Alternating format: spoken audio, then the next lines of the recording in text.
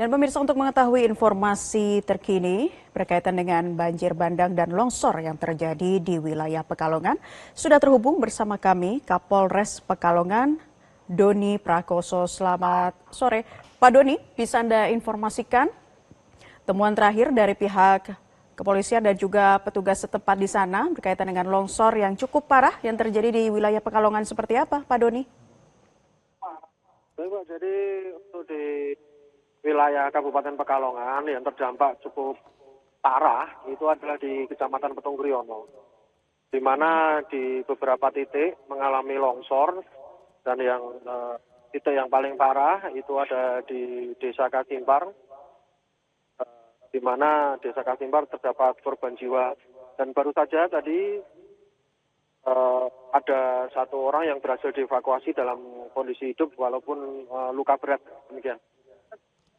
Baik, satu orang berhasil dievakuasi. Saat ini sudah dibawa ke puskesmas atau rumah sakit setempat, Bapak? Sementara dievakuasi di Puskesmas Petung Kriono yang terdekat. Baik, kondisinya bagaimana, Pak? Kondisi patah tulang kaki tadi. Tetapi alhamdulillah masih hidup, masih kondisi sadar. Baik, dengan ditemukannya satu orang dan ini berhasil dievakuasi, jadi total ada berapa korban yang dilaporkan masih hilang, Bapak? Kalau dari kepolisian, berarti dari 5 orang hilang ditemukan 1, jadi sisa 4, Mbak. Tetapi ini perkembangan akan terus kami update, dalam artian kami masih menunggu mungkin ada keluarga-keluarga yang mungkin mencari. Untuk sementara terakhir berarti sisa 4 orang. Baik. Pak Doni, kendala yang dihadapi petugas setempat dalam melakukan proses pencarian apa saja, Pak? Kendala yang paling utama tentu saja cuaca, dan yang kedua kemudian juga akses menuju lokasi itu memang karena terputus, selain karena longsor ada jembatan putus juga, sehingga memang kita harus berputar dulu melalui Kabupaten Banjarnegara dengan jarak tempuh kurang lebih 3 jam. Menuju lokasi, dan itu dengan cuaca hujan dan berkabut demikian. Baik, tapi sampai saat ini difokuskan di titik pencariannya di mana? Tetap di Desa Kasimpar. Untuk yang titik-titik lain fokusnya adalah untuk membuka akses sehingga upaya evakuasi atau penyelamatan supaya bisa berjalan dengan lebih cepat. Upaya apa yang dilakukan, Pak, untuk bisa dapat membuka akses ini sehingga kemudian bisa dipercepat lagi untuk proses evakuasi? Saat ini dari PU Kabupaten Pekalongan sudah menurunkan 2 alat berat, yang satu sudah bekerja untuk membuka akses, kemudian kita memaksimalkan peran dari relawan, kemudian TNI Polri, dan masyarakat sekitar dengan menggunakan alat-alat sederhana seperti cangkul, linggis dan lain sebagainya gitu, Mbak. Baik, bagi warga yang tinggal di daerah terdampak ini seperti apa, Pak? Maksudnya, Pak? Ya, sudah ada posko pengungsian di sana, Pak, bagi warga terdampak di wilayah yang terparah? Untuk posko pengungsian itu ditempatkan di balai desa masing-masing. Kemudian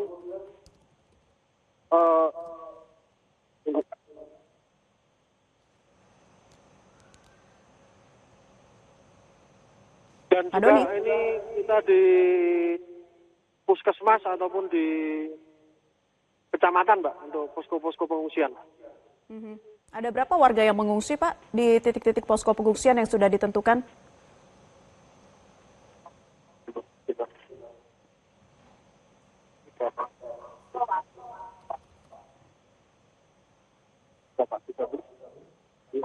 Kurang lebih hanya 10 orang saja, Mbak, yang mengungsi. Yang lainnya masih berada di rumah masing-masing. Masih berada di dalam rumah masing-masing. Mengingat saat ini kondisinya juga hujan ya, Pak, ya, dan kemungkinan banjir bandang ataupun longsor bisa terjadi kembali. Apa yang disampaikan kepada warga setempat, Pak? Dari kemarin, Mbak, kita sudah turunkan personel utamanya Babin Kamtibmas untuk melakukan patroli dan menyampaikan himbauan-himbauan. Selain itu kita juga memanfaatkan kerjasama dengan ormas, maksudnya seperti Karang Taruna dan lain sebagainya untuk menghimbau, memberikan himbauan kepada masyarakat agar yang waspada, yang berada pada titik-titik yang rawan untuk terjadinya baik longsor maupun banjir. Baik, jadi fokusnya saat ini di Kecamatan Petung Kriono ya Pak. Selain itu ada wilayah lain Pak? Untuk wilayah lain di Kabupaten Pekalongan itu hanya terjadi peningkatan debit air saja, dan tadi sudah kami lakukan pengecekan, itu sudah turun, tinggal kerjasama dengan masyarakat, dengan TNI Polri hanya melakukan upaya-upaya pembersihan untuk itu Pak. Ya. Baik Pak Doni, bisa Anda sampaikan kembali kepada kami kondisi ataupun gambarkan seperti apa dampak dari longsor ini, kerusakan-kerusakan yang terjadi, informasinya seperti apa Pak berdasarkan yang sudah Anda himpun ataupun juga kesaksian dari warga setempat? Untuk data yang kami himpun bahwa di Kabupaten Pekalongan yang terdampak paling parah itu adalah di Kecamatan Petung Kriono, di mana ada beberapa titik longsor, kurang lebih 5 titik longsor, dan yang cukup parah itu berada di Kecamatan Kakimpar yang menelan korban jiwa, walaupun itu lokasinya bukan pemukiman ya Mbak, bukan pemukiman. Jadi memang tempat berteduh warga. Kemudian memang aksesnya cukup susah karena memang terputus. Dan sampai saat ini pun juga kita masih lakukan upaya-upaya maksimal bekerja sama dengan seluruh stakeholder. Untuk wilayah Petung Kriono ini memang rawan longsor atau sebelumnya seperti apa sih Pak informasinya? Pak? Karena Kecamatan Petung Kriono ini berada di pegunungan ataupun kawasan-kawasan perbukitan. Oke, jadi kalau ini kita lihat di layar kaca, dampak kerusakannya juga cukup parah ya Pak, bisa Anda gambarkan Pak? Gimana Pak? Dampak kerusakan longsor di Pekalongan, terutama di Kecamatan Petung Kriono seperti apa? Untuk sementara ini, rumah yang terkena dampak itu menurut data kami itu baru 10 rumah, 1 SMP, kemudian yang lainnya longsor jalan.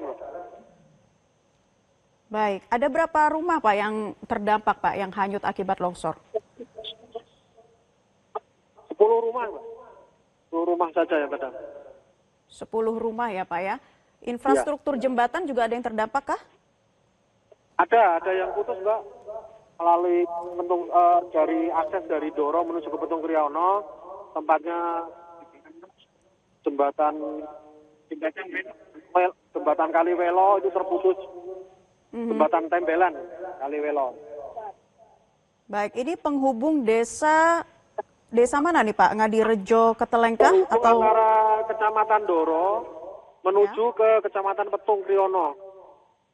Baik, ini berarti menjadi salah satu kendala petugas tepat untuk melakukan proses evakuasi ya Pak ya, karena ada jembatan yang putus di sana. Betul. Baik, jadi saat ini selain untuk proses pencarian korban yang difokuskan untuk bisa membuka akses terlebih dahulu, apa lagi Pak yang difokuskan saat ini Pak? Ya, halo. Halo, Pak. Pak Doni, ya bisa Anda sampaikan lagi kepada kami, Pak, untuk fokus dari Pak petugas setempat, apalagi Pak saat ini, mengingat cuaca juga masih belum begitu baik ya, dengan keadaan kondisi yang masih hujan di sana, seperti apa Pak yang dilakukan saat ini? Saat ini fokusnya adalah membuka akses, Mbak, kemudian juga secara konvensional kita melakukan upaya penyelamatan dan juga untuk korban-korban yang kondisinya masih bisa diselamatkan, luka-luka kita upayakan untuk rujuk ke fasilitas terdekat. Ini baru saja juga kita melakukan rujuk ke Rumah Sakit Kajen, orang dirujuk dari puskesmas. Demikian, Mbak.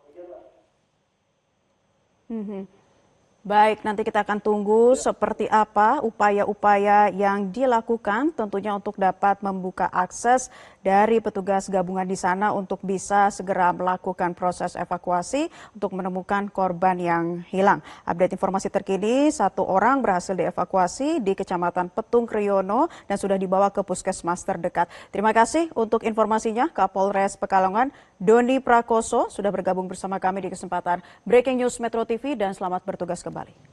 Jelajahi cara baru mendapatkan informasi. Download Metro TV Extend sekarang.